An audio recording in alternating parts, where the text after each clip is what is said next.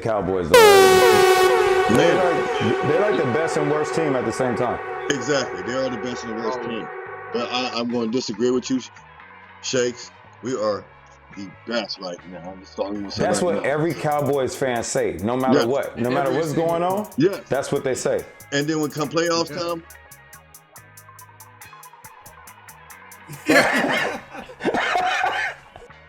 that's about right. So anyway, we got Mr. Two Claps in the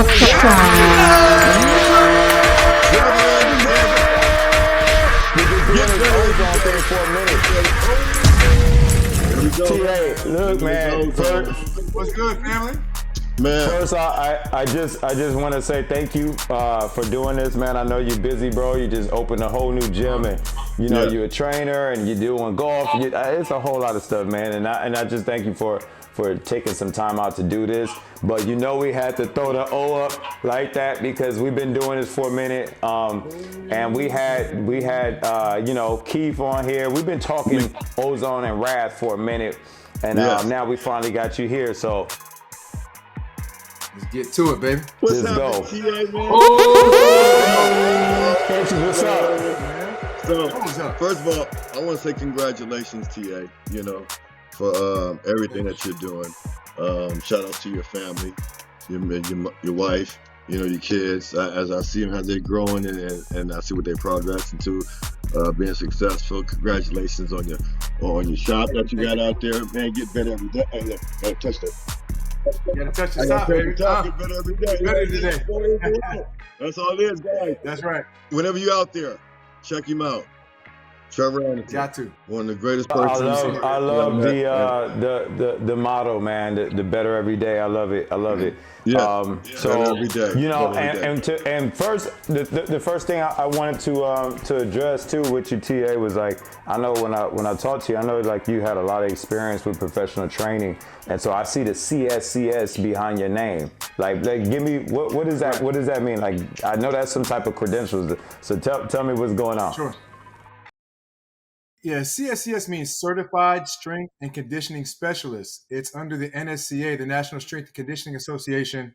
You know, when I first got into the game, I've been training 28 years now, you know. So when I first got into the game, you know, in early 1996, it was kind of training some of my, you know, friends, you know, little brothers and sisters. And, you know, I always work with kids. So I got a chance to help them get stronger and faster and more agile and stuff. And, you know, but I knew that once it was time for me to really, really be official, like to the world about what I was doing, even though I was doing a good job, I had to have the right credentials. And the NSCA CSCS was industry standard at the time. And in 2003, ironically, I said, you know what?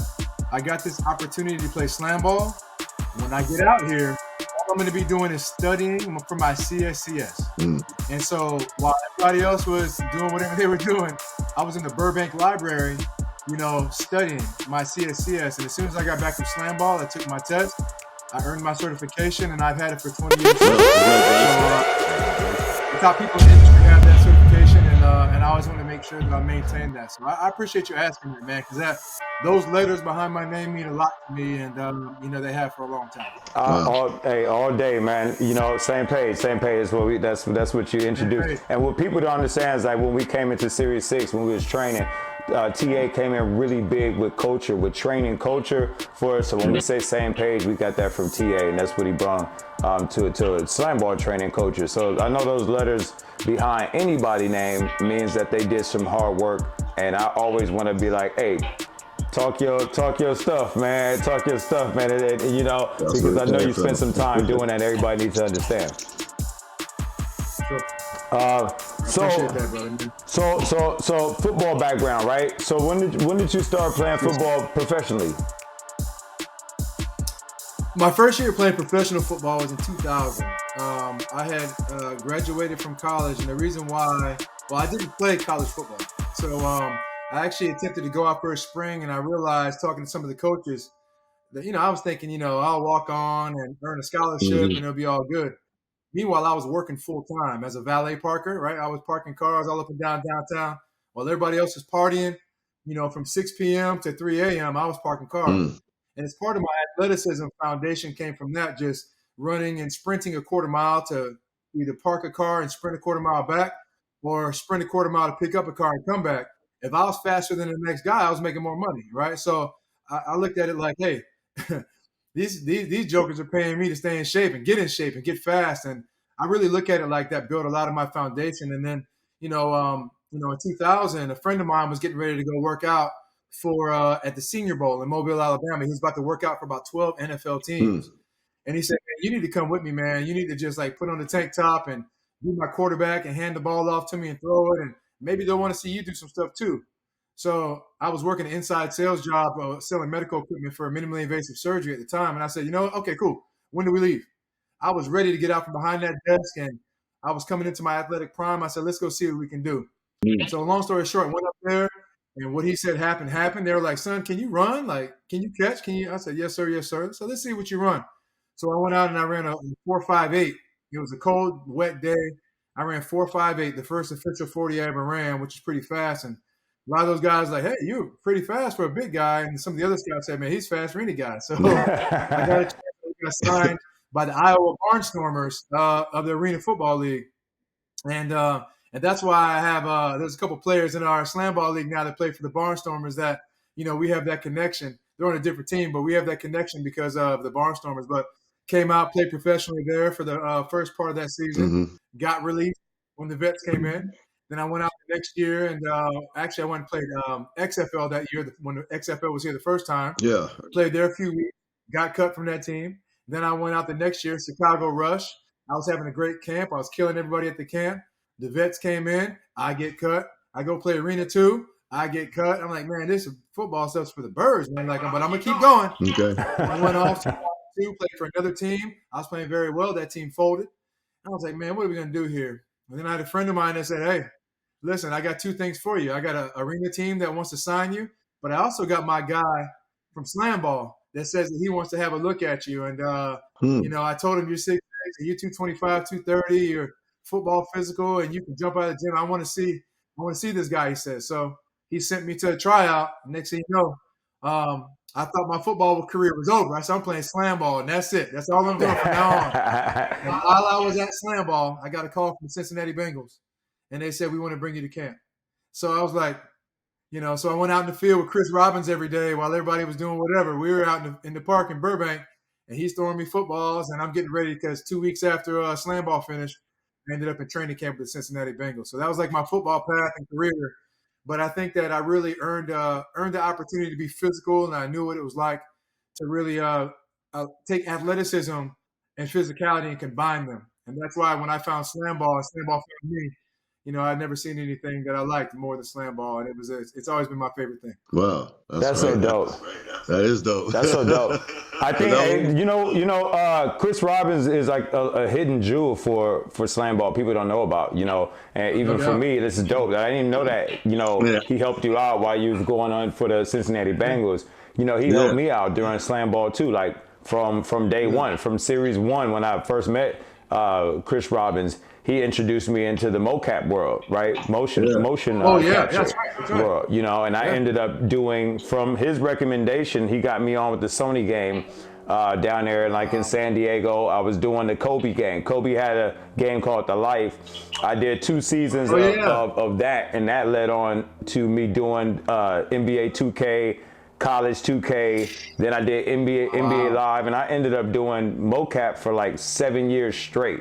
I ended up 5 games a year. Every year I made a living just off mocap, you know what I mean? So and that's all credit to Chris Robbins too, just like throwing me a ball, you know what I'm saying? Hey, Shane, don't forget the Adidas commercial, Shane. Don't forget the Foot Locker Adidas commercial now. Oh yeah, the back room one. I know a lot about Shane in his career with that and all that. Don't forget the Adidas commercial now. Yeah, I remember seeing the LeBron commercial. It just helped me just to branch off, like, from the mocap stuff. I was like, hey, let me see what else I can do. Got into the commercial game and ended up getting, I got a few, national commercials or whatever based off me, like, saying, hey, I could do this. Chris Robbins gave me this. And then I just kept going with it. And that's what happened. So that's so dope. So what happened with Cincinnati? How did that pan out? Yeah, I went there at a time, and listen now, it was unconventional for me to be there. I had done some work with Anthony Munoz in the past, who was a Hall of Fame offensive lineman for the Bengals. See, Uh-huh. I used to help run Vince Carter's basketball camps, right? This is random, but the same organization that ran Vince's camps at the time was also running Anthony Munoz camps in Cincinnati. Mm. So they had familiarity with me, and he said, hey, we might be getting a new coach in here, and as soon as we do, whoever it is, I'm gonna let them know about you. And I was like, okay, everybody talks and like, yeah, sure, I'll get you. Okay, whatever. Well, next thing you know, they call me like, hey, I heard about you. You know what I mean? And we want to bring you in. And so, it was just a blessing. Just like, you always, I feel like in our lives, we have these moments throughout our lives where whether you call them angels or where you call them just very influential people, or there are people that help to elevate your path. Yeah. And they almost provide a springboard opportunity, how Chris Robbins did for you in the mocap world. He also did for me spiritually as like almost like a spiritual mentor from the faith side of things and the Christian side of things. But also, I just remember standing there with Sean, my teammate Sean Inches Jackson, and Chris Robbins, and both of them teaching me how to jump into this tramp the right way to maximize, my flight and maximize my jump. And just they poured into me, and that's what SlamBall is. It becomes a family, and your family starts pouring into you from different that you never really expected. I know you never expect to meet Chris and have somebody that was going to launch you a different level of your professional career, right?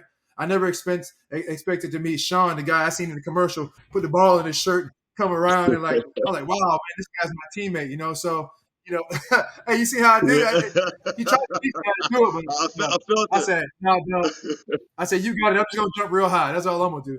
But it's influential people. I think if you keep your spiritual eyes and ears open, you start to experience those people in your life, and then they become some of your biggest impacts and best friends. As you pay attention to those types of things. So, but when I went to Cincinnati, I got there, they got me in the camp, and I ended up, I was with Peter Ward, Ron Dugans, Ocho Cinco, TJ Hushmanzada, and like a stacked receiving core, right?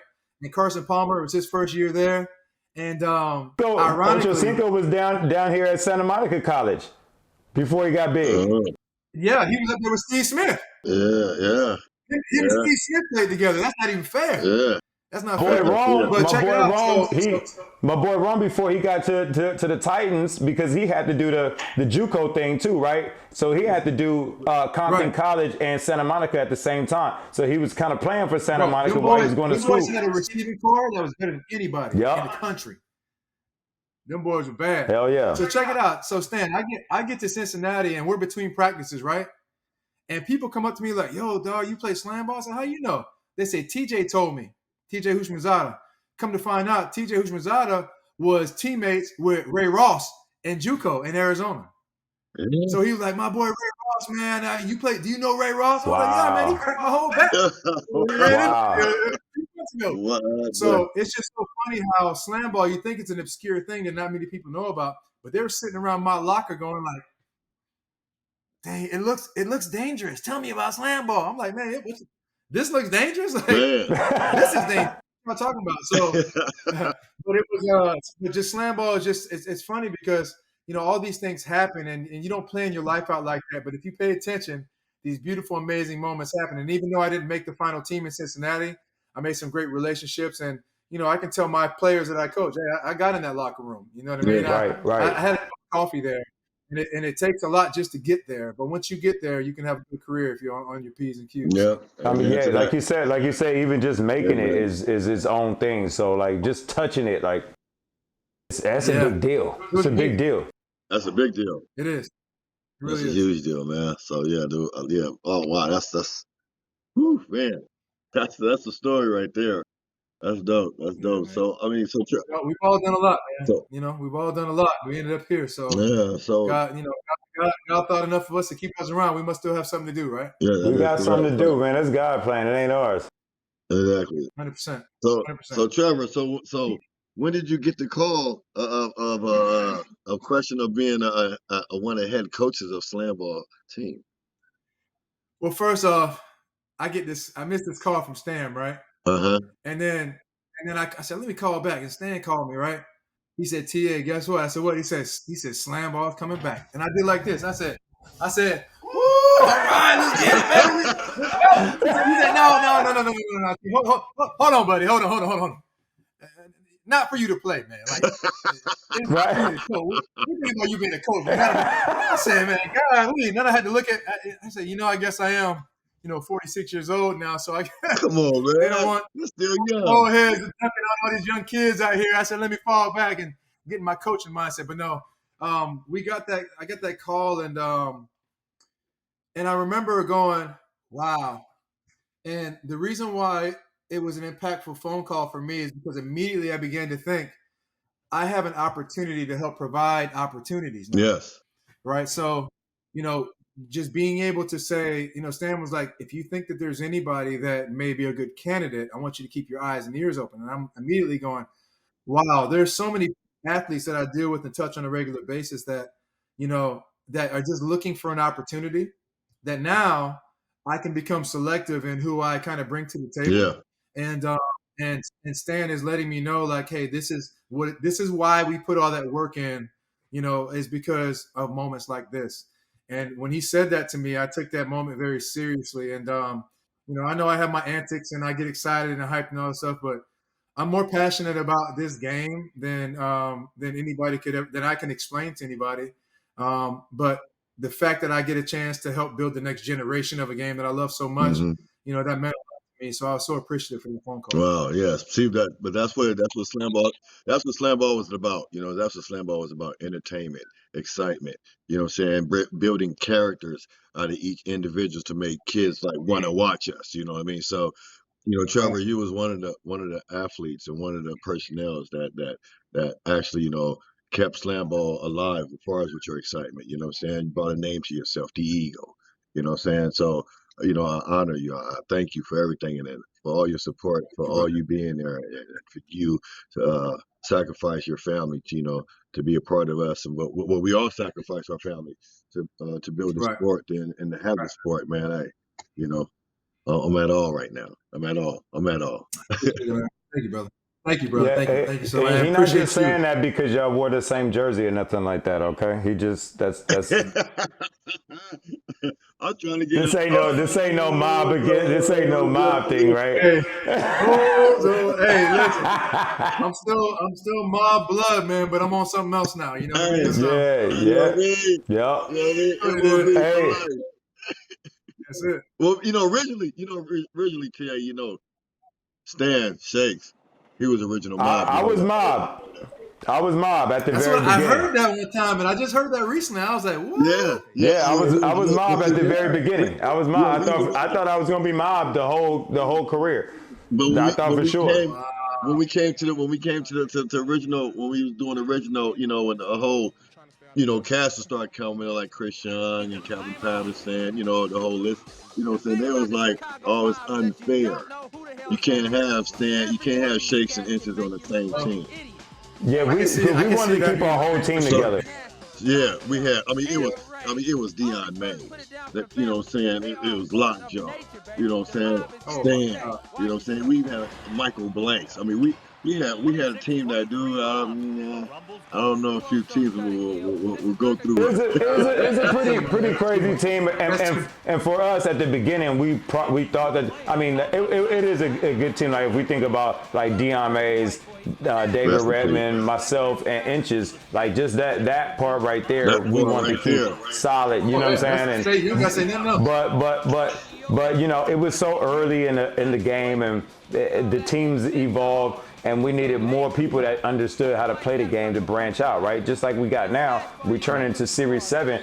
We didn't have returning players Series 6. Now we have returning players Series 7. Exactly. So we're going to see how this going to go, right? So it's going to be totally different. But this is good. We're leading into the fact that, hey, Tia, you're a football trainer, right?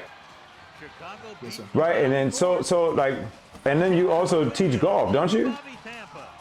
I do. Yeah, I teach golf performance. So I work with the biomechanics of golf to help golfers, even PGA Tour players and LPGA Tour players, long drive, world champions, and I teach them how to be better and move more efficiently, move more athletically, have more stability, mobility, coordination, speed, stuff like that. to be able to deliver the golf ball to lower the score. So I am bringing my That's clubs hard. this summer. I am bringing my clubs this summer. I am bringing my clubs this summer. I will see you this summer, TA. I'm bringing my clubs. Yeah, we're gonna have to come out there. We're gonna have to come out there, shakes and inches, getting lessons from the Eagle on golf, right? Inch, I'm gonna say this: it don't matter which club you get because you gonna suck sometimes. You're trash, in man. golf. Look, even the professionals, right? You don't see that many professional basketball guys or whatever sport it is that just do something entirely dumb, like while they're playing.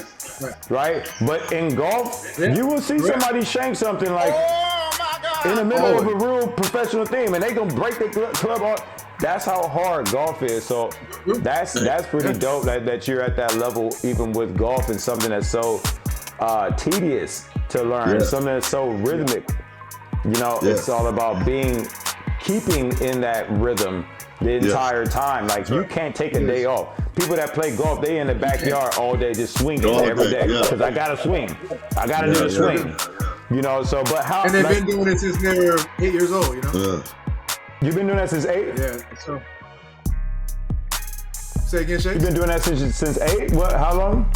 No, I'm saying you're like, there are people out there, they've been playing since they've been 7 and 8 years old. They've been swinging this club their whole life. Yeah. And now they get to a point where they get an opportunity to get on the PGA Tour. Now they're competing with everybody else who's also been doing the same thing. Yeah. You know, so you have to have your best day every day. Right. Like if you think about your absolute best round of golf, you've got to have your best round of golf 4 days in a row.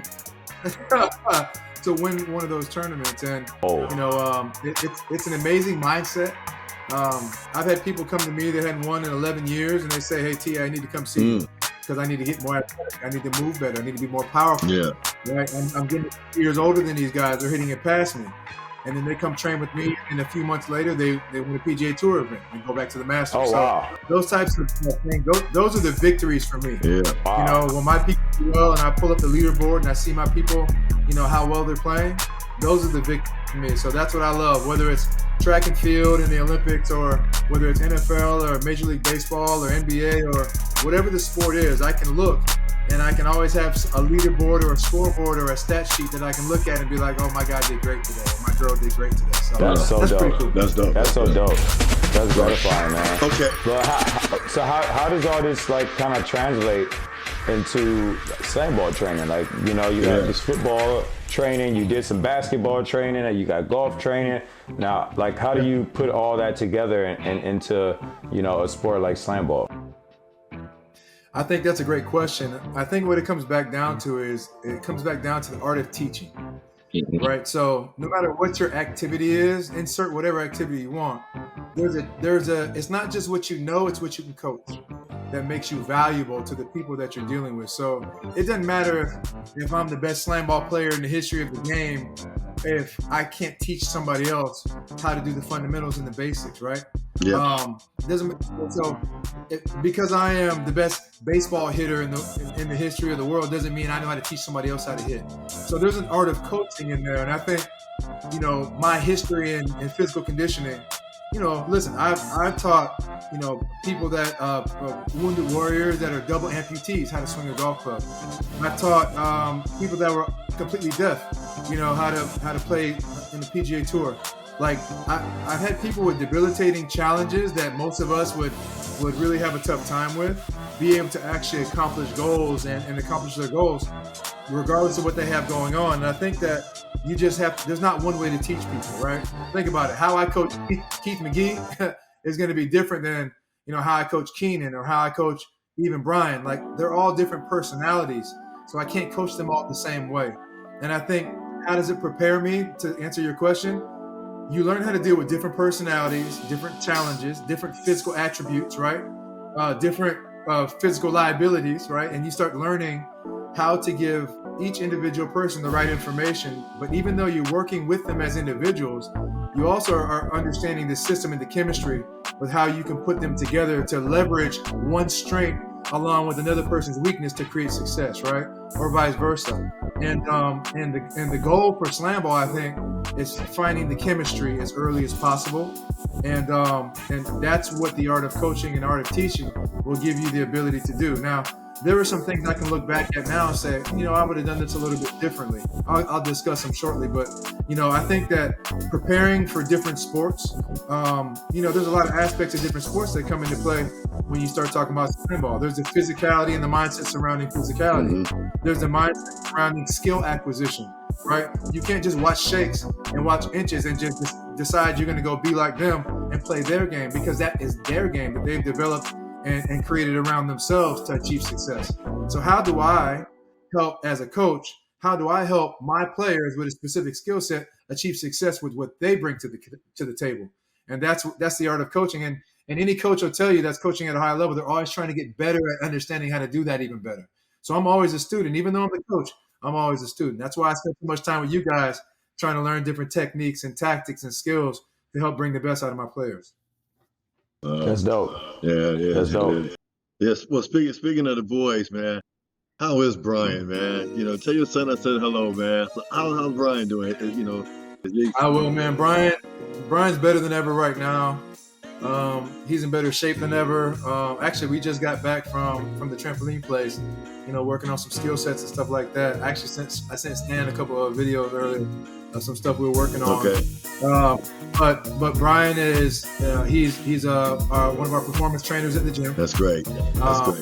He runs our youth performance class. So you're talking about taking high school and middle school age kids through high level performance, workouts to help them achieve higher level of success, speed, agility, quickness, power, all that stuff. Wow. And my little one, Taj, who's 14 now, he's at every in his classes. So he's doing like 2 a days with Brian, and Brian's getting his teeth on the industry now. He's growing. He is growing.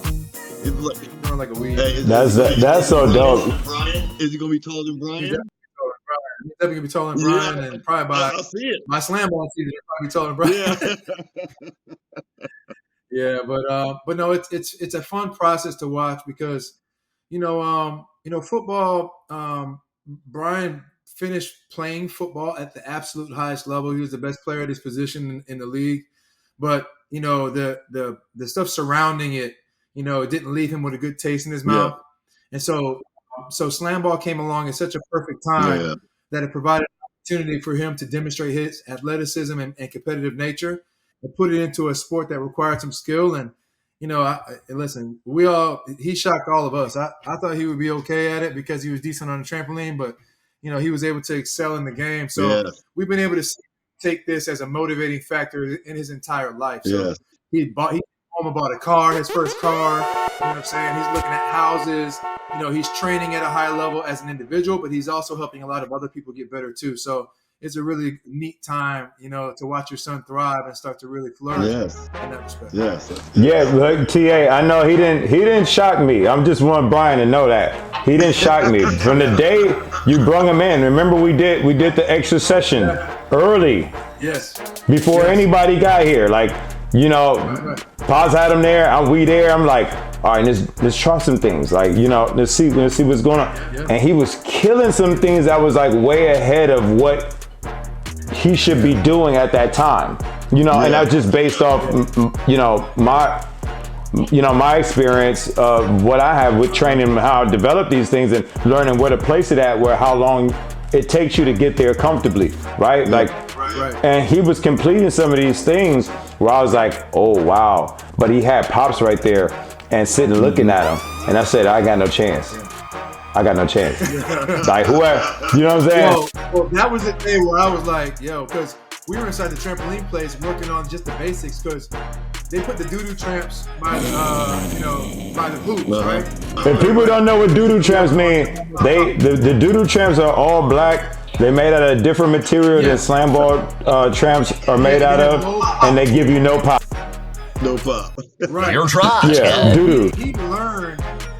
What we worked on body control, body positioning, like catching it with your back to the basket. How do you have the dexterity to turn around and still make that dunk?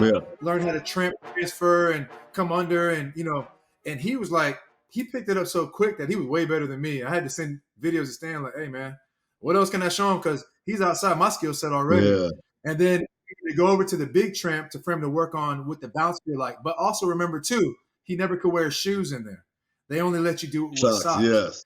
Yeah. the first time he got on the tramp with his shoes on was that day, Stan. Oh wow, he was like, oh, this is what it is. And he was more than ready, and I was like, yo, like we might have something here, man. And there it is. You know what I mean? To do so much, and then also get slam dunk, the SlamBall championship slam dunk contest. Awesome. Yeah, that was amazing. Right. That was amazing.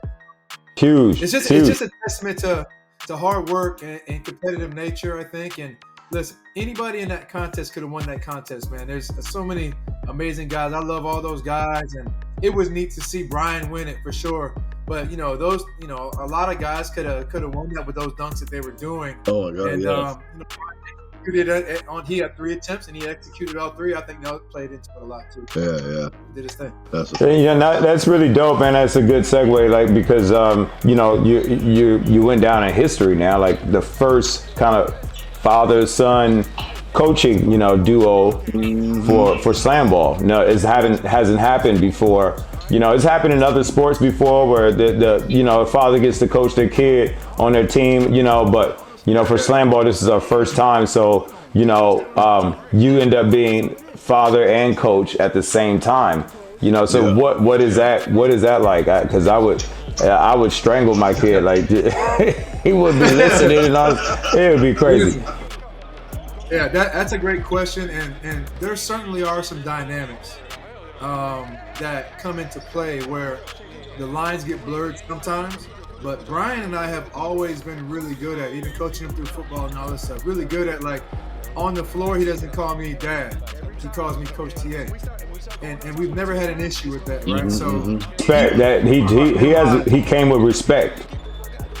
He did. I mean, and he always does. But he has his moments now. Yeah. Because he's still, he's still maturing, and he's very mature, but he's still like his competitive maturation is not the same as his general walk around maturation. And that's the same with me as well, right? So I think we all can see that. So, but the reason why I think we all have that problem. Yeah. I'm over here laughing because I witnessed the episode of TA and his son one of the games. So, all right, look, let's talk about that, right? So, this is where it was a challenge. Yeah. Brian was saying something, and then Tia was like, "Are you done? Are you done? Are you finished? Y'all done yet?" Okay, you done? He's like, "Okay, that's not necessary, right?" Because Brian, but look, he's my son. Yes. But don't get it confused. He's also a grown man. Yeah. But I think some people. But I didn't mean to interrupt you, Tia. But after when Tia said, "Are you doing?" It wasn't necessary. Like, are you okay? He was like, "Yeah, I'm done." and I was like, "Oh, that's the father and son. That's the father and son right there." It was dope. Yeah, it's like an episode where he was. It was our last game actually, right? And it was all on video too. And yeah, I had to have a talk with Pastor about it too, because I said things that I didn't really, it's kind of out of character. But I was like, Vince was doing a good job, because remember, Keenan didn't play our last game, so Vince was doing a good job. These guys scored, I think, 19 points in the first half. We're holding them down, but we weren't scoring enough because we weren't finding the pass at the right time. And Brian had been going off like 18 points, 20 points, 25, 30 points. He was rising up, all with a similar format, right? Well, we get to this last game, we almost forget, like we forgot the format. And Brian's in the right place, and they're not getting him the ball. So he's getting frustrated, right? I'm going to just settle down. So we get to halftime, and he had been calm the whole time. Now he starts going off. And I'm like, well, I said, you think you're going to get the best? I said, Brian, this is not about you. Do you think you're going to get the best out of your team? Like, my job. And I find myself going back and forth between getting hyped and then getting calm. And then getting hyped and getting calm. And my players always mess with me. They imitate me about that. They say, he's about to start yelling when he gets real quiet. And after he yells, I was like, I tell you what. Go ahead, keep yelling at him and see how it works out. All right? I said, island, and that's it.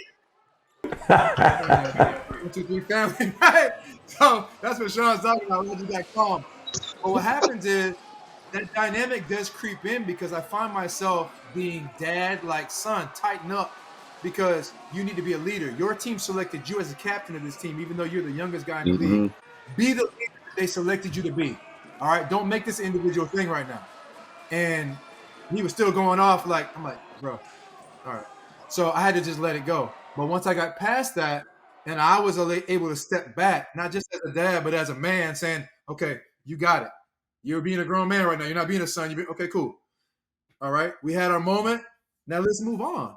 And as soon as we got back out there, we were able to start executing again, and it worked out. So. Yeah, that was. Yeah, you got, hey, Tia, you got some of the craziest huddles, man, because you know I watch footage all the time, right? I'm sitting here watching footage, and I got some footage of, I think Keith McGee had on the helmet cam, and y'all in the huddle, and you looked at everybody like, this is life or death.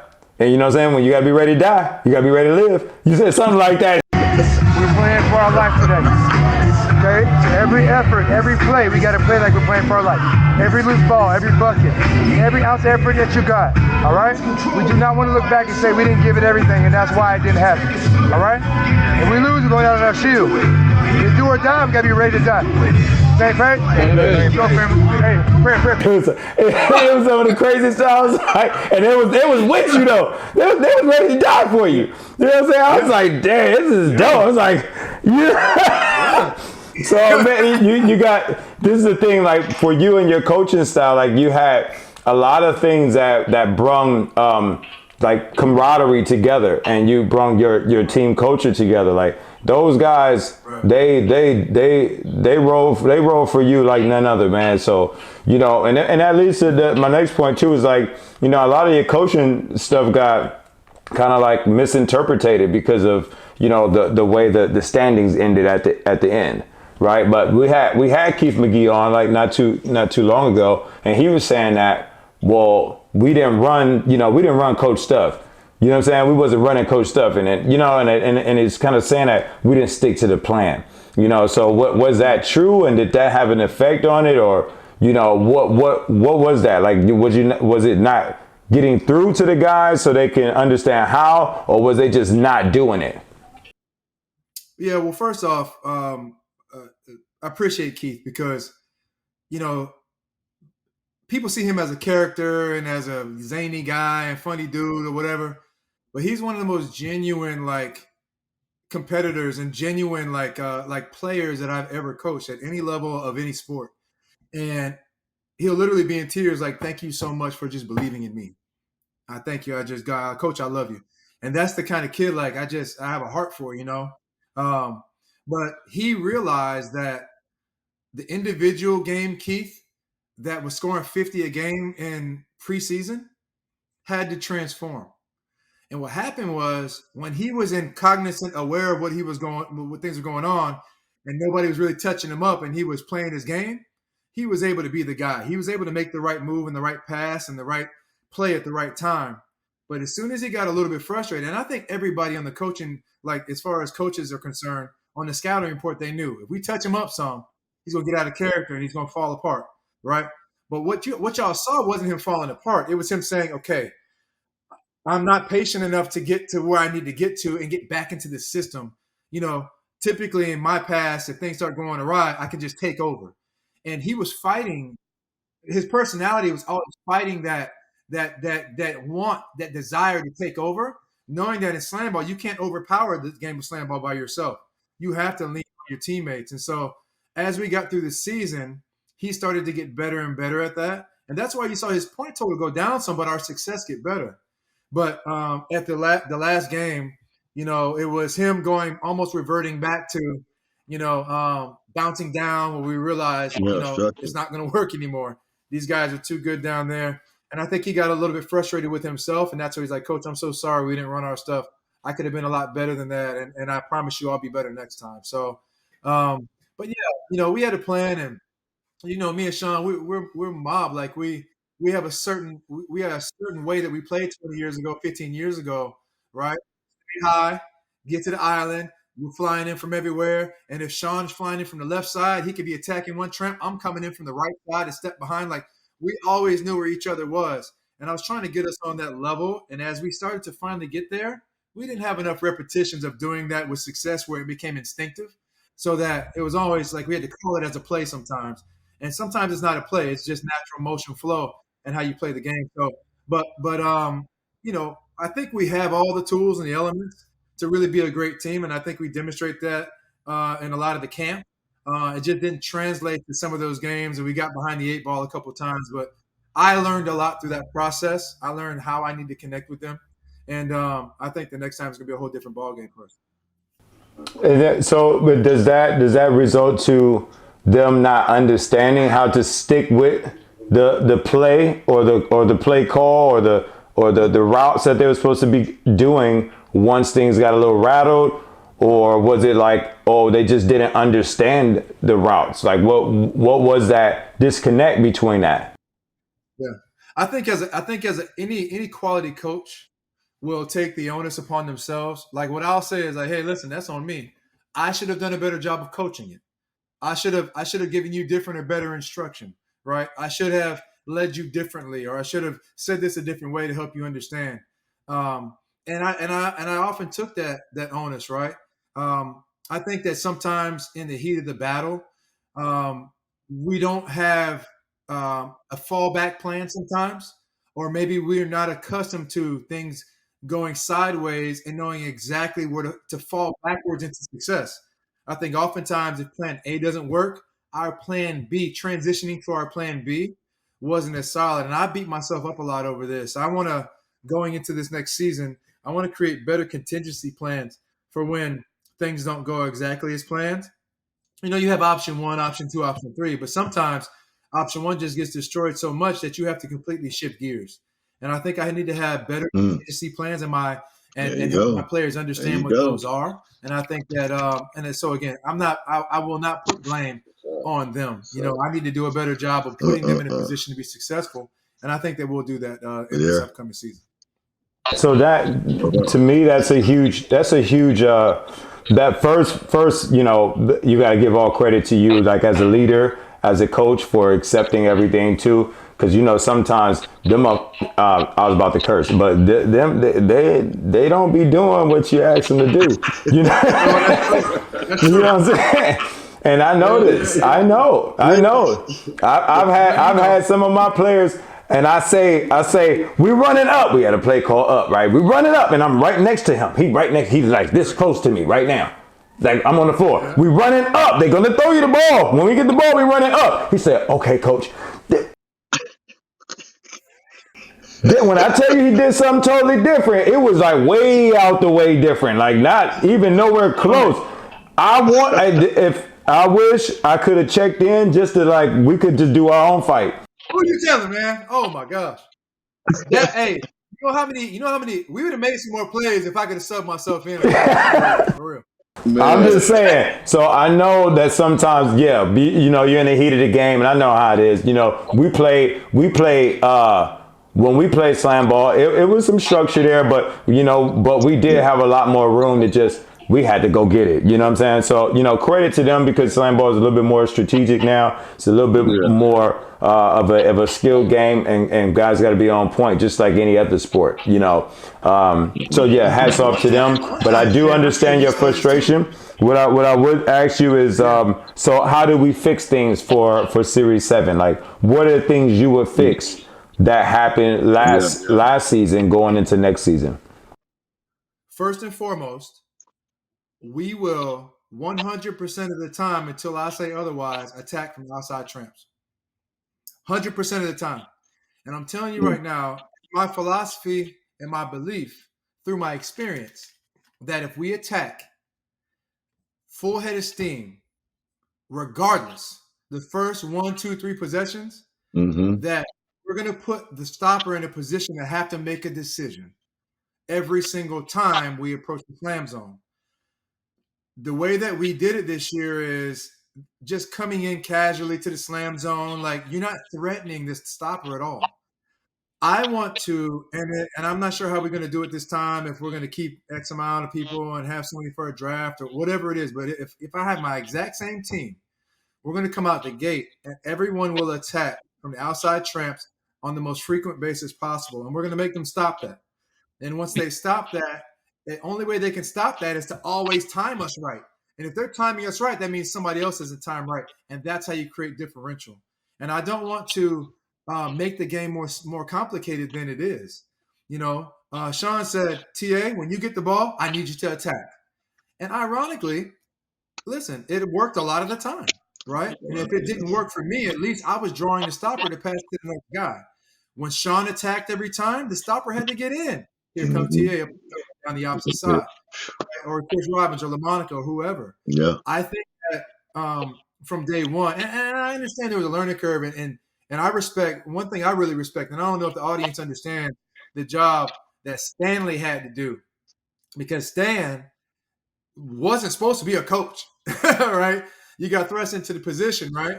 From unforeseen circumstances, you got thrust in the position, but you came in with a game plan of how to strategically, systematically build players up from the foundation up. And so that is what you were really, really focused on, because nobody had played the game before, right?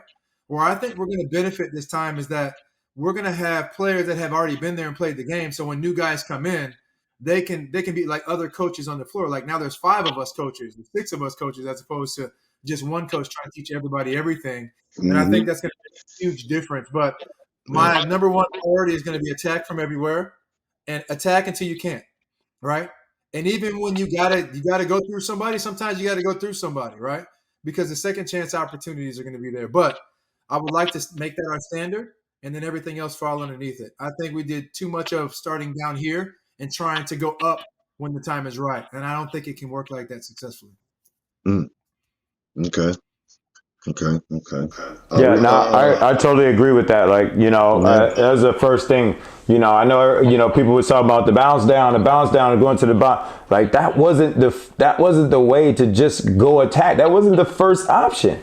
Like, it never was the first option. This is just a variety of ways to attack.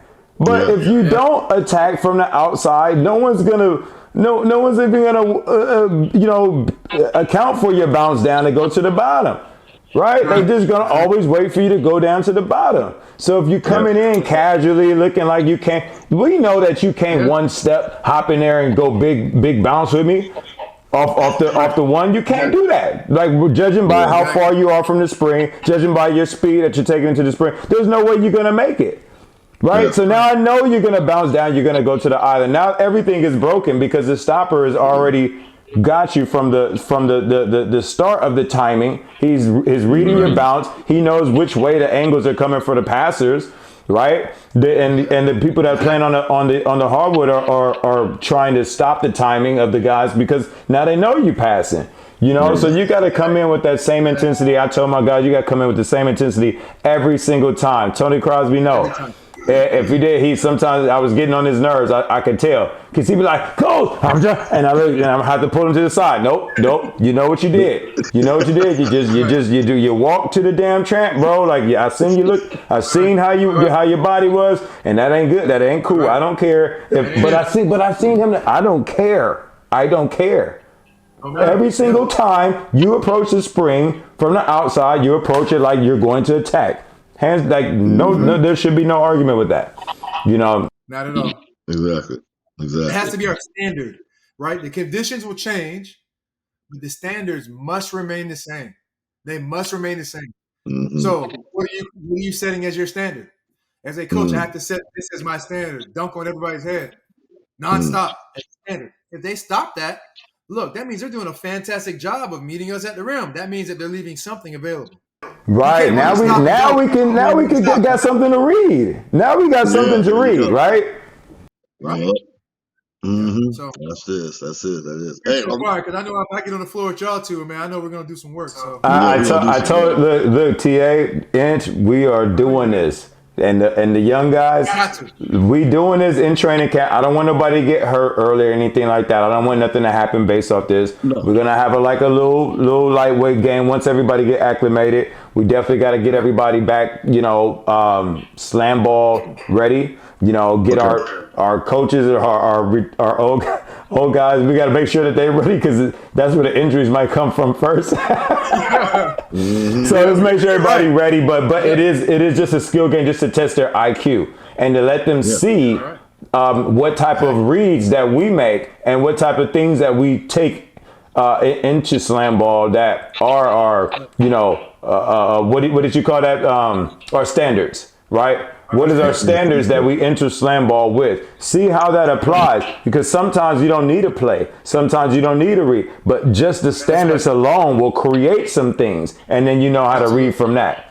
So we definitely need to have that, the returning guys, with our veterans, to get out there. Just an IQ game. That's all it is. Just an IQ. Maybe a lot of fun too. Okay, thanks. Are we ready? Are we ready for the face off, man? Are we ready for the face off? Almost. I got a couple more things I want to ask him. Okay. So like, we have the coordinators, right? Because we were talking about, how the standings went from last series or whatever coming into new. We don't expand our teams, right? We have the same amount of teams, but now we have coordinators. Sorry, coordinator. We have coordinators, which are our assistant coaches in slam ball. Don't talk trash about me on that one. That was a whole mind fart right there.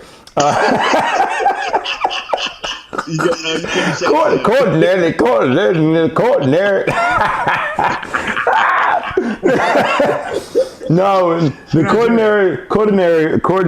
coordinators are our assistant coaches, but some of them want to move up, right? So how do you tell a guy like Noah Ballou he can't move up? How do you tell a guy now like Sandy Fletcher he can't move up? What's up with Deion Bailey? Myrie Bowden, so those guys probably coming into next series looking for jobs. So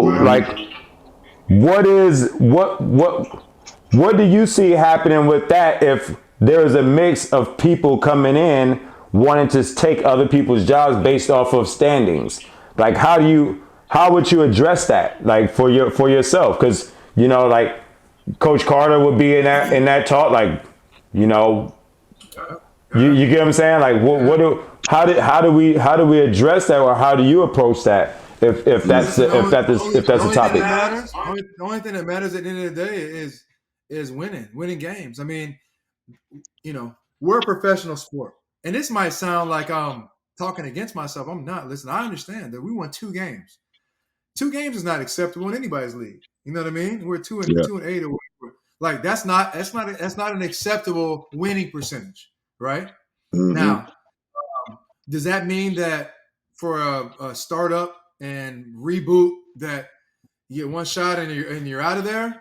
I don't think it means that. But I think that if you show a trend of if I come out Series 7 and I'm the head coach and I got 1 or 2 wins again, we're starting to have a trend here. Maybe it's like, the personnel is different and different people, more experience, and now you're still at the bottom of the barrel.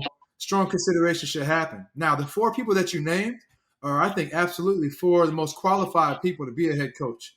I won the world championships with Noah Ballou. He's been a teammate. I think he's unbelievable.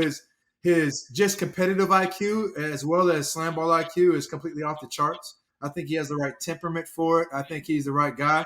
I think that there's probably one of the best and most dynamic head coaches you will probably ever find would be Sandy Fletcher.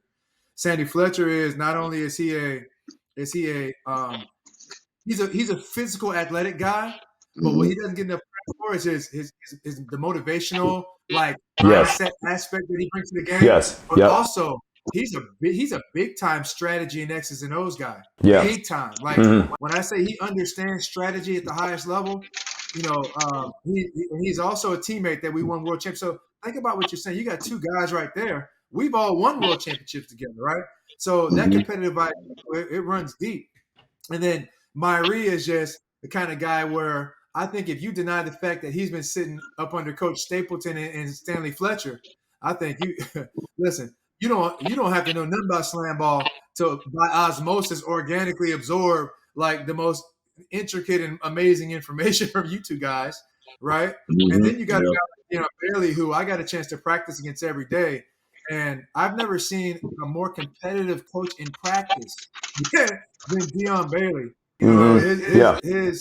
His mindset for competitiveness and hammering home the foundations and fundamentals are at the top of the list. Now, he looks crazy at first with the stuff that he's doing, but I knew it would pay off. And I knew that team would start to go like this. I knew that 0-5 stuff was just a fluke, and then they were going to start going like this. And that's exactly what you saw happen. Yeah. And that could be a testament to his, his deliberate nature and practice on that daily basis. So he brings energy every single day. So, to answer your question more directly, those guys should absolutely be considered. And if SlamBall came down and said, hey, the bottom 4 teams, you head coaches are out, and the 4 assistants, y'all got those positions. I mean, obviously, I don't want that to happen for my sake, but it would be hard to misunderstand that if that's what the league decided to do. Hopefully, that's not the case for my sake, but at the same time, those guys absolutely deserve an opportunity to be a head coach, whether it be this season or seasons in the future. Awesome.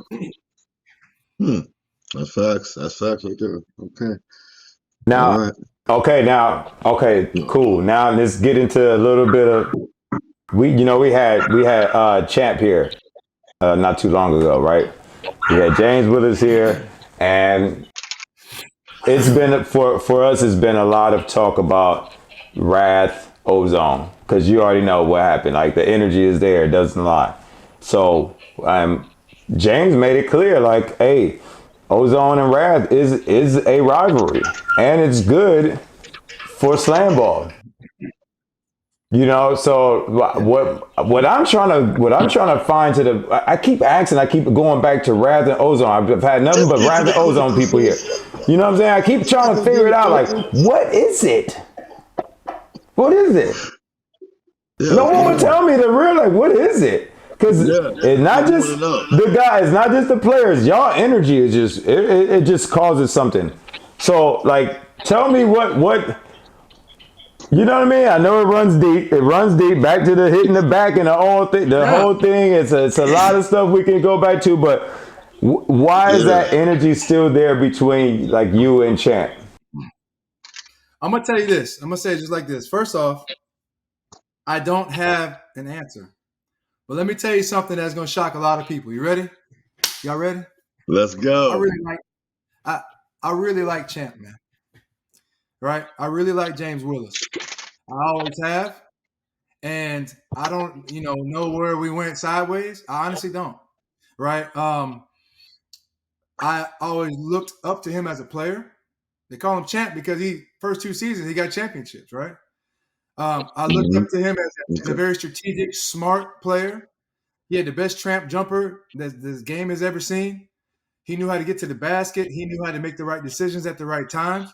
I've always liked Champ, right? We used to communicate for years, on social media, on Facebook, all kinds of stuff like that. Remember, we hung out tough in Italy, and and I remember Champ gave me a jacket one time, right? Jimi Hendrix jacket. He was like, TA, man, I know you were like this. And I'm like, man, this is dope, man. Like, so when people start looking at and they try to figure out why I got all kind of animosity towards Champ, y'all need to know. I don't, right? But I'll tell you this. I'm also a grown-ass man. So, and I apologize for my language, but when things get to a certain point, what am I supposed to, am I supposed to sit there and like turn the other cheek and turn backwards and run away and all kinds of stuff? Something happened a few years ago where, people kept posting the hit. Listen, it was competitive. After the game, we hugged it out. So like after the game 20 years ago, he hit inches in the back, and then I went and just there was no thought process. It was just reaction. Pow! And I just hit him. He went about 15 yards the other way. And that was it. I started breaking out, and I started doing like this because I'm trying to get. I got CP coming, and I got large people running at me. I'm trying to find out practice something, so I can fight my way out if I got to. That's what grown men do. They sit back and they try to make sure that they're straight, and they get out of trouble. That's what they do. So, and then everything was cool. We hugged it out after the game, and for years we were fine. Family was a settlement. Somebody posted something on social media. Like people always posted that clip, top hits of history or whatever. Like, and they posted, and somebody tagged me in it. And they said, dang, TA, da-da-da. I'm like, oh, yeah. I put in the comments like, oh, yeah, I don't play that about my teammates. I stand up for my brothers or something like that. Yeah. And I actually I tagged Champ, and the reason why is because I didn't post it, but I tagged him on my comment so that he saw that I made the comment, because I didn't want him to think I'm talking junk behind his back and nothing like that. And it was all in good fun. I didn't think nothing of it. He just started coming back at me, man. And that's where it sincerely started. I have messages on my phone from Champ saying, "Hey, TA, tell me about this golf and all this." Again, I've never had a problem with Champ.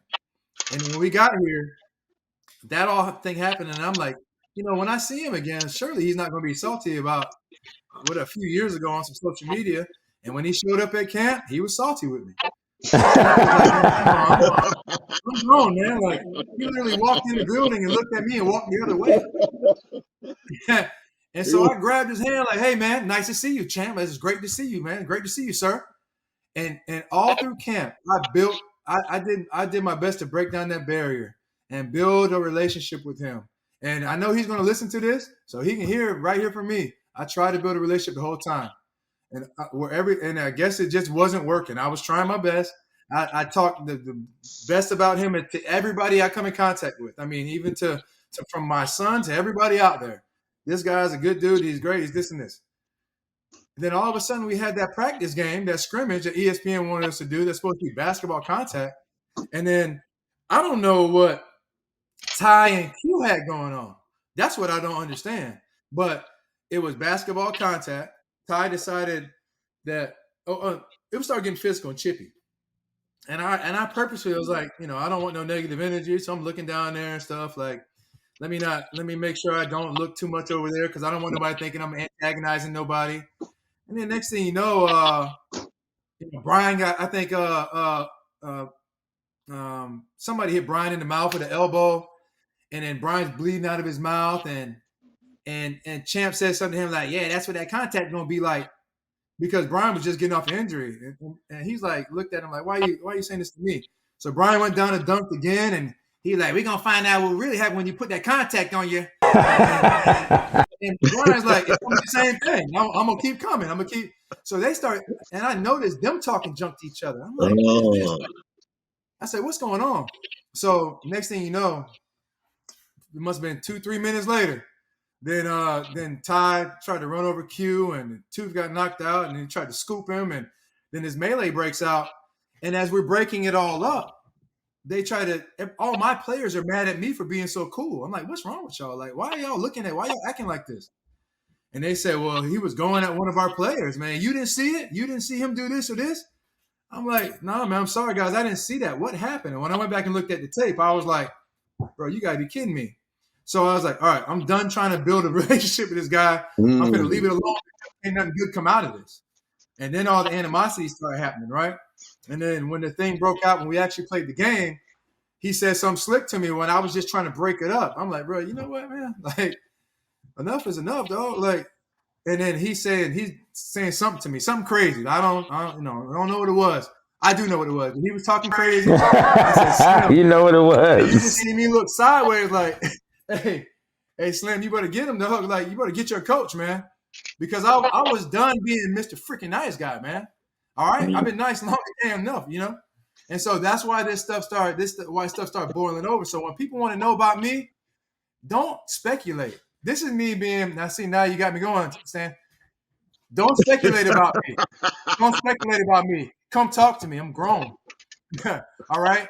And it doesn't matter what people say, dude. I train like in a certain manner where it doesn't matter what you say, it's what you do. Yeah. No, right? I've had grown men, with a knee on my chest, and I can't breathe, and I got to calm down to figure out how to get out of a situation, right? I know how to avoid those situations. I know how to avoid bad situations. And nothing was going to happen in that moment on that court except for a bad situation, right? Yeah. And so I removed myself from it. And me and Stanley had some moments up under that tunnel at the end afterwards. Like, "Stan, you don't understand what I've been trying to do here, man. I've been trying to build this bridge. I'm a grown man. I'm a man of God. And I don't want this to be like this. And I don't understand why it is. And I wish it was different because I told you I like Champ, right? And if we could squash it right now on this, from my side, hey, it's love. It's squashed. I don't need nothing else out of this. What I need to do is I need to be able to point at you and say, this is one of the greatest SlamBall players that the game has ever seen. And if you want to know how to get better at it, listen to what he has to say. And I don't want to have to turn away from that because my team doesn't think I'm standing up for them because I'm saying something like that or because I'm trying to break down walls or barriers. You feel what I'm saying? Yeah. So when it comes to animosity, look, but where I come from, like when people want to really do something, they just do something. All right. So if that's what it is, that's what it is. But I don't think that's what it is. Right. And nobody thinks that's what it is. And we don't want that to be what it is. So let's just move past it, right, as grown men and keep things moving. Both of us around 50 years old. You know what I'm saying?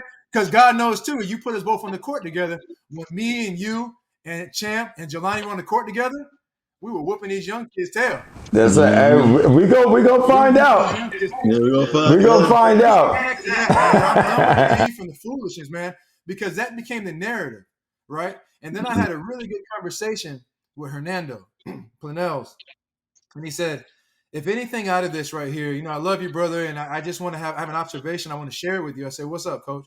He said, you've got to find a way to allow your teammates, your players to create their own energy. Because right now they're just riding your wave of energy. And if I learned anything this year, it was that. And because you saw what happened, we were winning the game by a few points when we both got ejected out of the game. And then when I went back in that tunnel, by the time I came out of that tunnel, we were getting beat by 30. So the next time we played against them, yeah, it was personal. It was personal, but not as much for me. It was personal for my guys. Because all them kids got my back, right? And then they hung out. We beat them by 35 or something like that, 36. We destroyed them. So for me, as far as rivalry is concerned, I think that's healthy. That's a healthy rivalry, you know what I mean?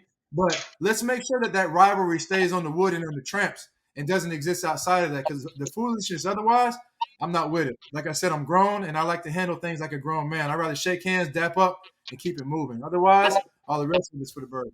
Straight up. It's for the birds, but it's not for the eagle. That's real.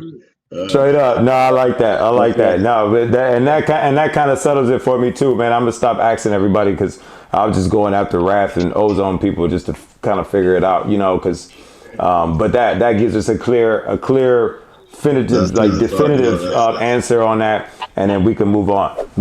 I'm juiced up, dog. Like I'm getting ready to go play or something, dog. Compete. I'm for real. Like you know me, Stan. You know I'm emotional, man, and I do everything I do is with passion and purpose. Yeah, and I'm the same way.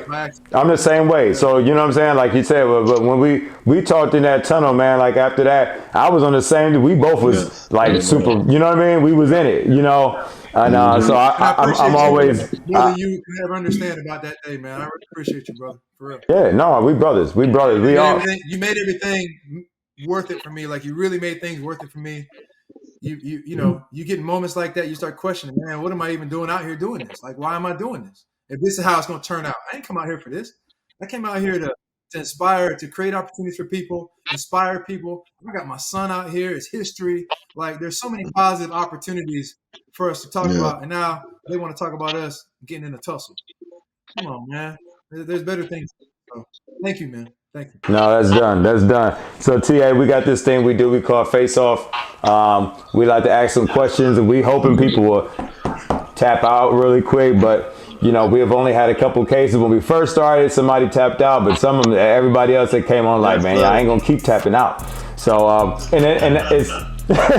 you know, it's a different dynamic now that we got somebody that's on, that's a coach, that we get to ask these questions. So there's a few questions about some players, and a couple questions about some coaches, whatever like that. So we're just gonna get into it and see how you feel. Get it. All right. First question, we're gonna say Coach Hernando or Coach Gelani Janice. Who would you pick and why? Who would I pick to coach me? Who would I pick to like? And coaching style, just overall coach. Who? Just an overall coach. Just like if I was to say Phil Jackson or you know, what's the coach name? Popovich. Like, you know, which coach? Right. You know what I mean? Yeah. That's good. It's a great question. I would say, I'm not saying this is a better coach. I'm saying who would I choose? I would choose Hernando. You said the better coach. Who is the better coach?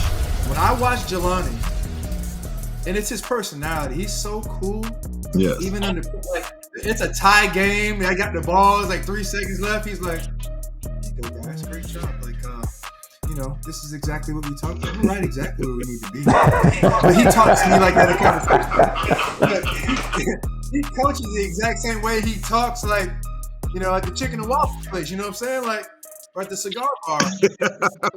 Yeah, but and that style works. And it's almost like he had the exact right team for that specific it came style with a to work. profession. I can't imagine coaching Keith McGee like that. Like, you know what I'm saying? But it's not taking anything away from the coaching. I'm just saying Hernando is an energy guy. He's animated. Like, I tend to respond to that a little bit more, right? And I tend to gravitate towards that a little bit more. That's the reason why I say Hernando. I seen Hernando in the huddle during training camp. He was like, "You guys are playing like a bunch of fucking bitches." That's right, bitches. Yeah, he didn't listen to curse too. I said, what? He curse. Sandy he told Sandy to talk to him. That's what he. But listen, that 1-2 punch. He be like, no. Get him. Back up and just start pacing. Exactly.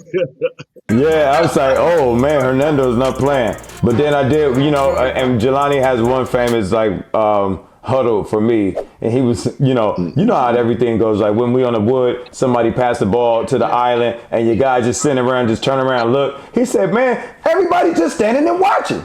This is not the Cosby Show. Everybody's turning and they're watching. This is not the Cosby Show.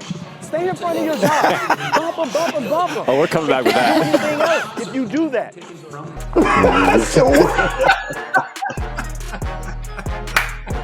Oh man. Say, get him, JJ, please, because I couldn't have said it better. Please stop watching when they throw the ball in there. So, yeah, two different dynamics for sure. Okay, cool. We'll move on to the next one. Better stopper, Amir Smith or Faisal Shafai? First off, Fessy shocked the heck out of me on the first game. Yes. Because we were in camp with him the whole time, and through some injuries, he ended up being back there. So I never saw the best version. All of a sudden, he became one of the top stoppers in the league on the first No day. doubt. But I will say Amir because of his versatility. And Amir scared me when you put him at gunner, because once you started to develop a second stopper, y'all became wildly dangerous. And it was because in training camp, we'd go to flight school and stuff, and he was always working on stuff. I'm like, man, you ain't gonna, I'm thinking to myself, you're not the guy that Stan's gonna let you just go down and just do your thing, right? And he wasn't in camp. He wasn't. Mm-hmm. But when it got to right at the beginning of the season, it's so many people flipped that switch. Yeah. He was one of them. He became a very, very effective stopper, but he didn't compromise his stopping abilities when he became a gunner. Right. Right. I agree. He engaged in the best job of being able to kind of play both roles and not compromise either one. Right. Nah, I agree. I definitely agree.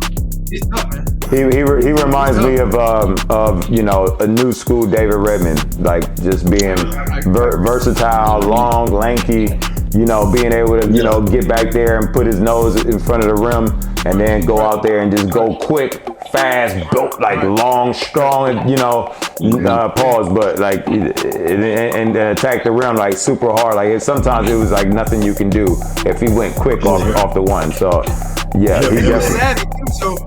And Amir will come in there and attack and then throw that little pass to himself and create differential differently than anybody else. Yeah. Nah, he figured that out. And no discredit, and I know that's no discredit to Faisal Shafai. He definitely one of the top stoppers in the league. Just being back there as a stopper, that dude was a nightmare. Yeah. I was like, man, why y'all so scared of him? I was like, yo, he's really killing it though. Yes, straight up. Good. That's a good comparison. That is. Okay. Down by 2. This is the last play of the game. Who would you give the ball to score? My team? No, this is between. I won't put nobody on your team because I know who you're gonna pick. We just gonna do that, and that's gonna be the end of it.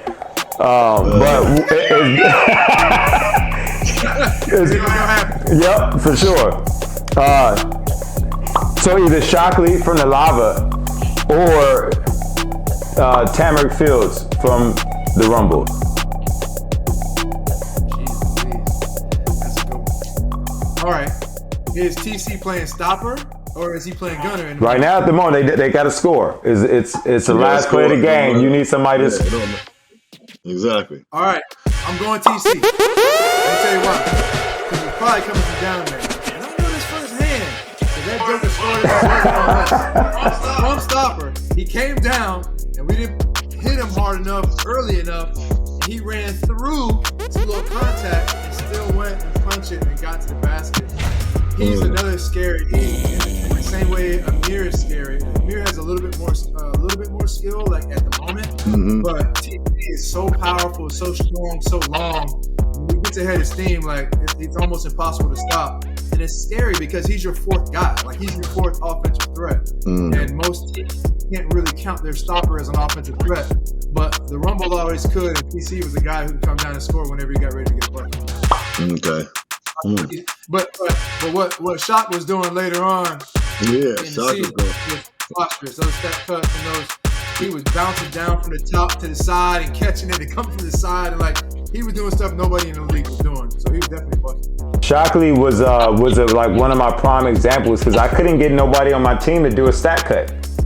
Nobody could do a stat cut, and I'm like, in my mind, I'm like, am I teaching this wrong or like what's going on? Because I'm trying to take credit myself, but I'm like, look at him. Like he doing it every single time. I'm telling you, it works. Can you try it? And I think it's just the whole thing with the angle, jumping from the top, from the side to the top, and then trying to angle your body. I think a lot of them was a little bit uncomfortable with that trajectory, taking that momentum from a different direction like that, so powerfully. So I think that was it. But that's why next season, when we come into next season, that experience, they're gonna take. We're gonna see these stat cuts, the type of different freestyle moves to the pass, like not freestyle to score. The freestyle to the pass is creating the timing and the differential. We're gonna see a whole lot of things open up for next series, man. But we got to see glimpses of it, and Shockley was one of the guys that definitely upgraded his game for sure. I agree with that. Exactly. Okay, this is a SlamBall IQ question, and I always go back to these two guys. I know they probably tired of me matching them up against each other, but I don't care. Which player has a higher SlamBall IQ, Bryce Morang or Tony Crosby? Tony Crosby. You said that quick. It's no knock on Bryce. It's not a question. There's no question. The only thing Tony didn't do is just decide he was going to attack like early from the one track. When I tell you he can do anything he wants anytime he wants, it's not even close. It's not even close to IQ because it just he's the most you that of anybody that I've seen. And it's not just because he has you there, but obviously that helped a lot. But he was starting to figure some of those things out. And I remember that day early in camp when he was like, "Man, Stan, I can do that, man. He started talking junk, and Stan had to get his bag on him right there. Yeah, people don't remember that. I remember that, but that's a mentality. That's not a skill set. That's a mentality. And so his mentality could be to do what you can do and try to do it and one up it. That's a mentality. But where he took it to the ultimate level was that he found out how to do it in the gameplay to create opportunities, not just for himself, but for other people. I remember when I was broadcasting the game one day, I was talking about that, and they were showing his highlights, and I was like, Tony does this and he does that better than anybody in the league. And I said, then he points at his wrist, and it's Tony time, and I can't stand it. I love watching it. You know what I mean? So he knows when to do things, and he sets the table, even though he can score at will. Yeah. He's like this. He's like, remember how Iverson said, I led the league in scoring from the two, but I want to lead it from the point. Mm-hmm. That's somebody like Tony. Tony can lead it from the handler position, right? And I think he demonstrated his ability to do that. But his SlamBall IQ is a different level, whether it's from the face-offs to how he moved through the slam zone to create opportunities. There was nobody like that guy. And I think what he'll add to his game this year is going to be come out the gate because he's so light and so little. He gets off the tramp so fast that stoppers are not going to be able to get there in time. Yeah. And when he adds that, I think that might be the only reason why Slashers didn't win the championship. In my humble opinion, it's just he didn't attack him. I told him that, and he was like, "You're right, TA, you're right." So at least he heard it from somebody other than me, because I was like, "Man, can you just go? Can you just go?" And that's the thing, and that's why everybody praying that he don't go. Like, man, I sure hope Tony don't figure it out today. Hey, but see, this is the thing with Bryce, man. Like, you know, we played Bryce in the playoffs, right? And it got so frustrating playing against Bryce when he wasn't fully healthy yet. He wasn't healthy the whole season. We didn't get to see a full healthy Bryce throughout the whole season. You know, so I keep putting his name in here because I'm hoping I'm poking the bear a little bit. You know what I'm saying? That's what I hope I'm doing. You know, like I want to see him do all of Bryce, like for a whole season. Like take everything you got because he understands this game, like clearly understands the game. He's so big and so agile, and he knows how to move on the springs, and he keeps his eye level up the whole time when he's in the spring beds. No, a lot of guys are not doing that. He can see while he's moving. So he makes a lot of good passes, but you can put two guys on him and it doesn't phase him. He just moves through these guys. He moves through them and he still gets on timing. It's a lot of things that don't affect him. And I just know that we just didn't get to see a healthy Bryce Series 6. So Series 7, I hope is changing, you know, for, you know, Josh. They try to blame his injury on Coach Caution. You know, I don't know who fault it is, but on the coach.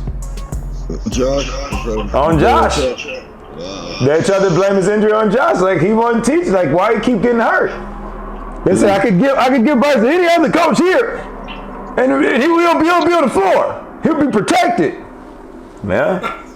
Listen, man, you got to play this game with a reckless abandon, man. And one of the first things we learned was how to protect ourselves. I know I'm just stirring the pot a little bit because I know how Josh get, and I don't got no plexiglass over here for him to kick, but he probably got something at home that he practices on. So, and I know he's going to come back because Josh is a fighter. You can't keep Josh down. It don't matter what it is, and he proved that too because his strategy got better and better as the season going. But like I said, I like to stir the pot a little bit because Series 7 is going to be totally different, and everybody that didn't get to fully become who they are, but we see them are going to have that chance again. So, yeah, two big factors right there. All right, next question. I'm going to say assistant coaches get to call up to head coach. We got 4 candidates: Myrie Bowden, Noah Ballou, Sandy Fletcher, Dion Bailey. Who gets the call up, TA? I got to go Sandy Fletcher. Woo!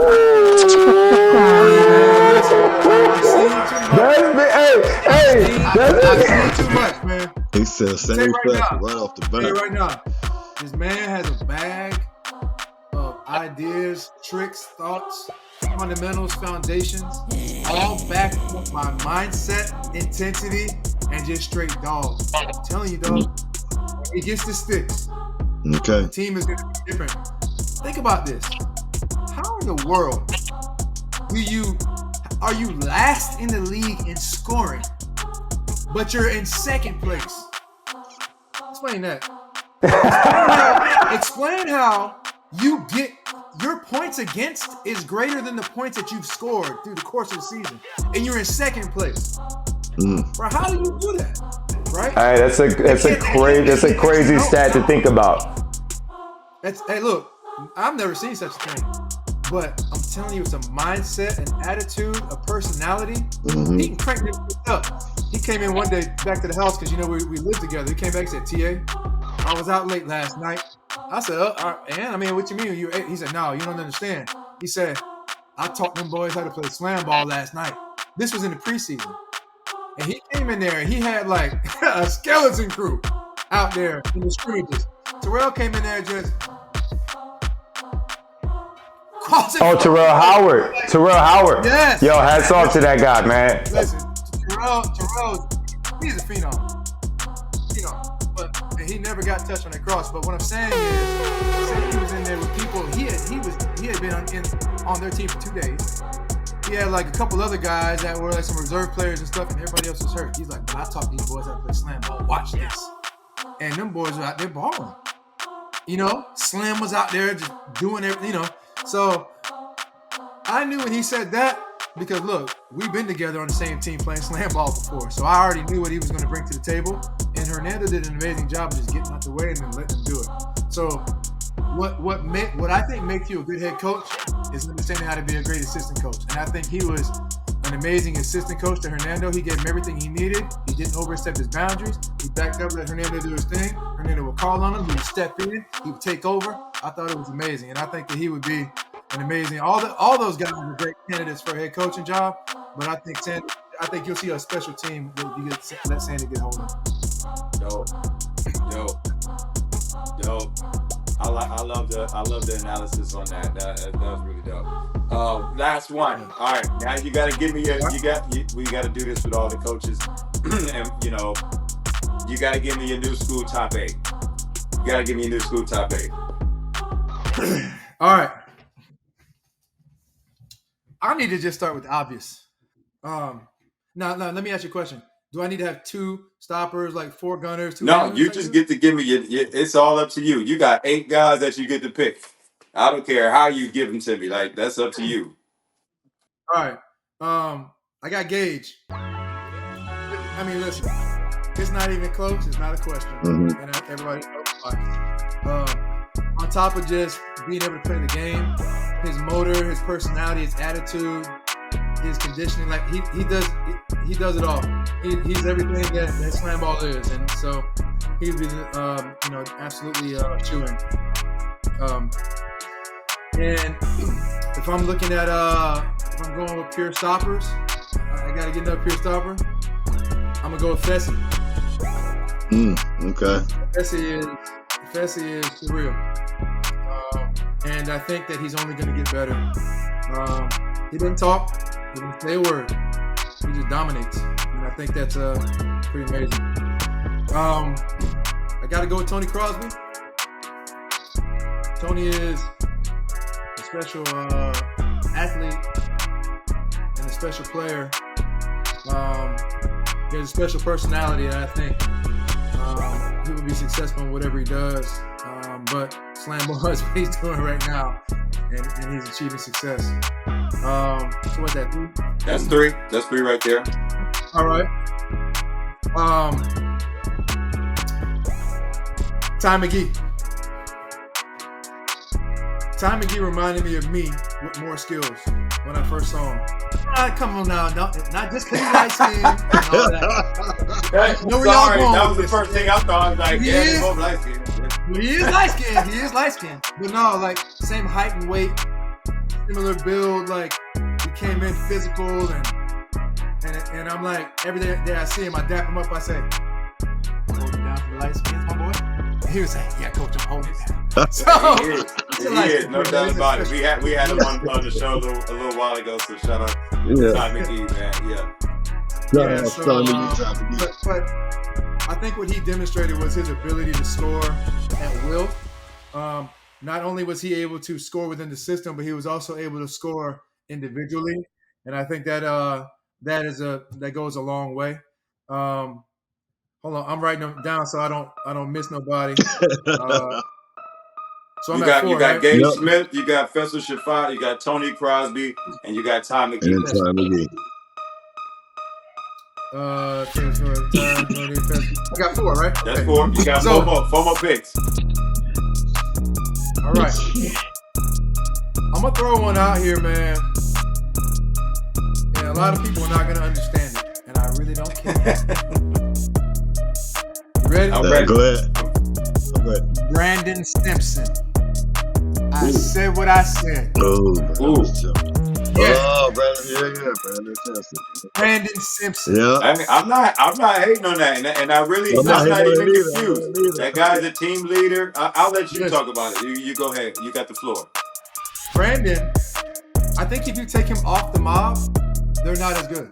That's how you know you got a good player, because go back and watch the film. He was everything. Whether he had to be the handler, whether he had to be the gunner. He was a Swiss Army knife that every team needs to be successful. Mm-hmm. You know, they had a lot of multi-dimensional guys on that team, but I'm talking about a guy who I thought could really bring the ball up the floor anytime, take contact, play through contact, was a hell of a passer, right? Could go finish at the rim off the one tramp, can make the good pass, and could go down and get down in and stop her if he needed to. I think that he is such an all-around player that he can't be denied. So, Brandon Simpson. All right. 3 more. Number 6. Mick Buckets. Cujo Kiki. Okay. Listen, man. You've seen the tip of the iceberg of what he can do. Mm-hmm. He's a good example of somebody who learned all the advanced skill sets before he learned the foundational skill sets. And I think when we come back, we're going to spend a lot of time on foundation. And he's going to be, will continue to be one of the top players in the league, but I think he'll be even better. Okay. I think he'll be even better.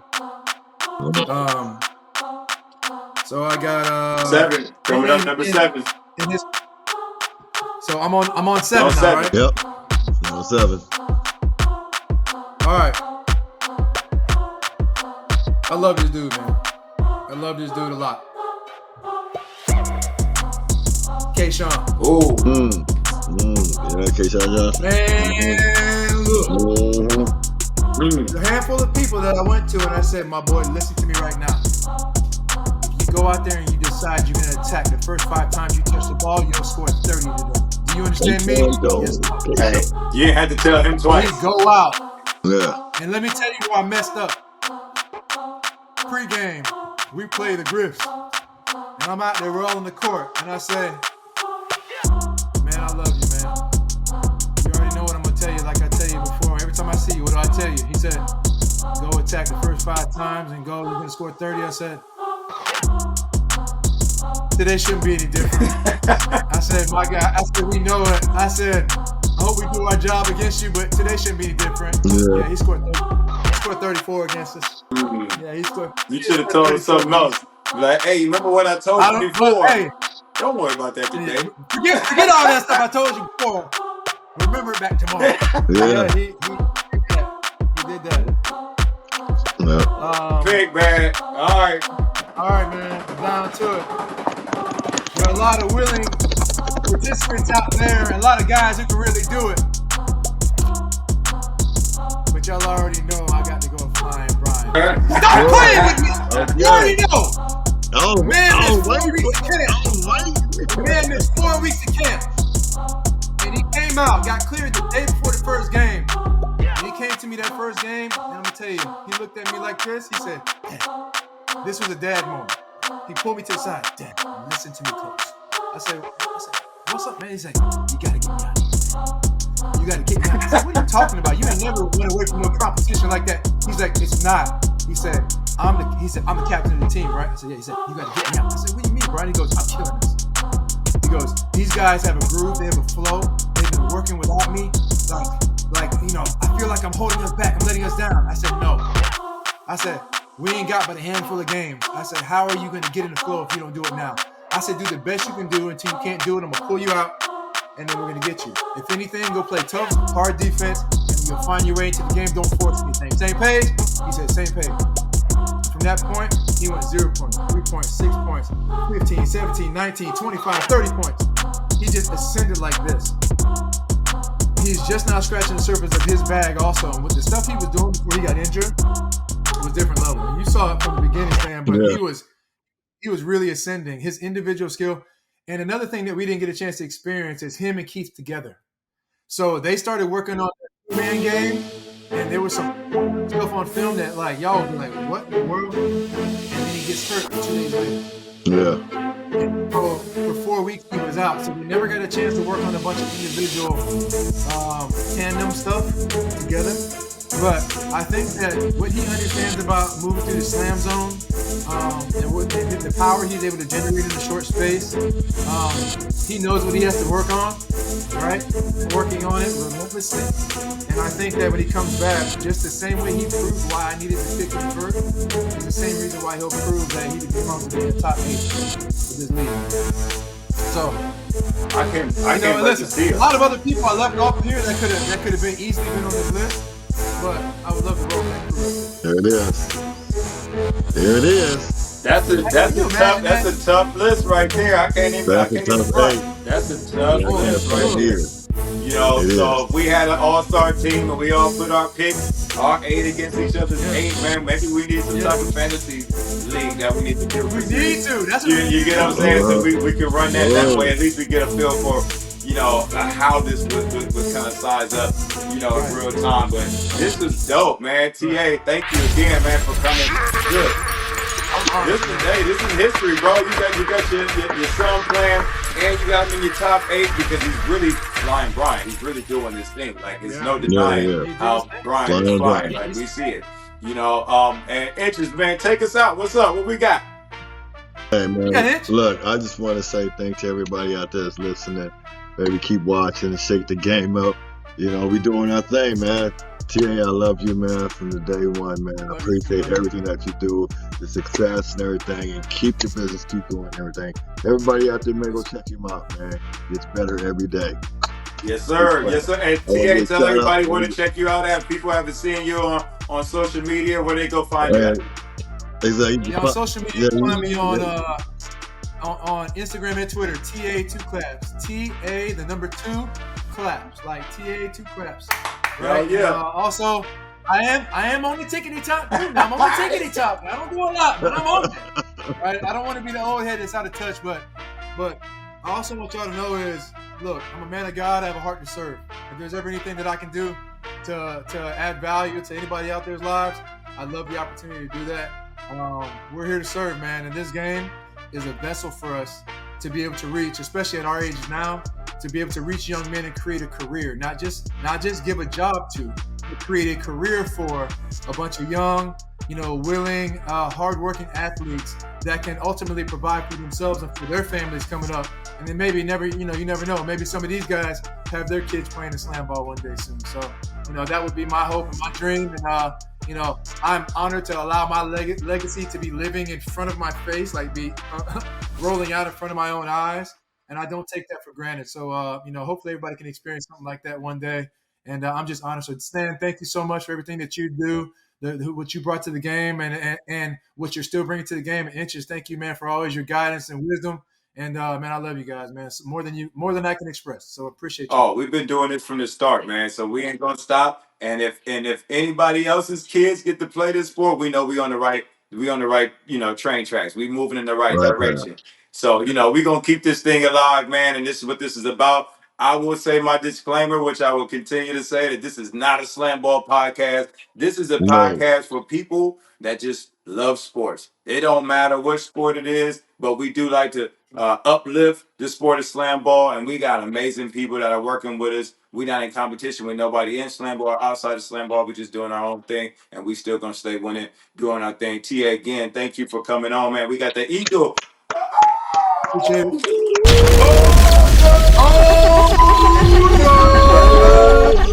Yeah, it's a mob thing, it's an Ozone thing, man. We are here shaking the game up, man. We thank you again, bro. Appreciate y'all. Y'all keep on inspiring, man, okay? And keep getting better every day. 2 claps. You got it. All right. Shout out to my kids, Sean, Dijon, DeAndre, Brianna, Shania, Little Sean, my grandchildren, Lisa Ann, and Luna. I love you guys. My man Taos back here. That man got a whole tribe over there, boy.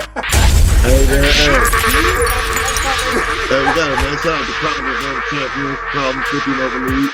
You know what I'm saying? We retweet, man. We got retweet, man. I see it. Yeah, we out here, man. So I'm gonna hit stop on this. All right, boy.